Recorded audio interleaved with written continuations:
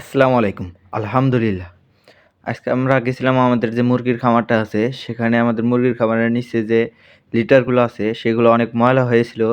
সেগুলো গেছিলাম আমরা পরিষ্কার করার জন্য।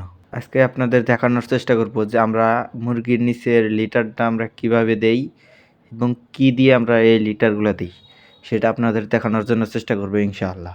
মূলত আমরা এই লিটার হিসেবে ব্যবহার করি বালু এবং কাঠের ভুসি। আমাদের এই জায়গায় যে টাইগার মুরগিগুলো আছে সেগুলো প্রায় আছে 30 পিস। সেগুলা অনেক ছোটাছুটি করে এবং সেগুলোকে অল্প কিছুদিনের মধ্যে আমরা বাহিরে ছেড়ে দেওয়ার জন্য চেষ্টা করব ইনশাআল্লাহ। বিকালবেলা কিছুক্ষণ করে আমরা এই জায়গায় ছেড়ে দেওয়ার জন্য চেষ্টা করব ইনশাআল্লাহ। আমরা এখন লিটার হিসেবে ব্যবহার করতেছি কিছু বালু এবং বালু নিয়ে আমরা সেখানে ছড়িয়ে দিতেছি। আমাদের এই জায়গায় আমি একাই কাজ করতেছি না। আমার সাথে শাকিল আছে এবং সিতাতুল আছে।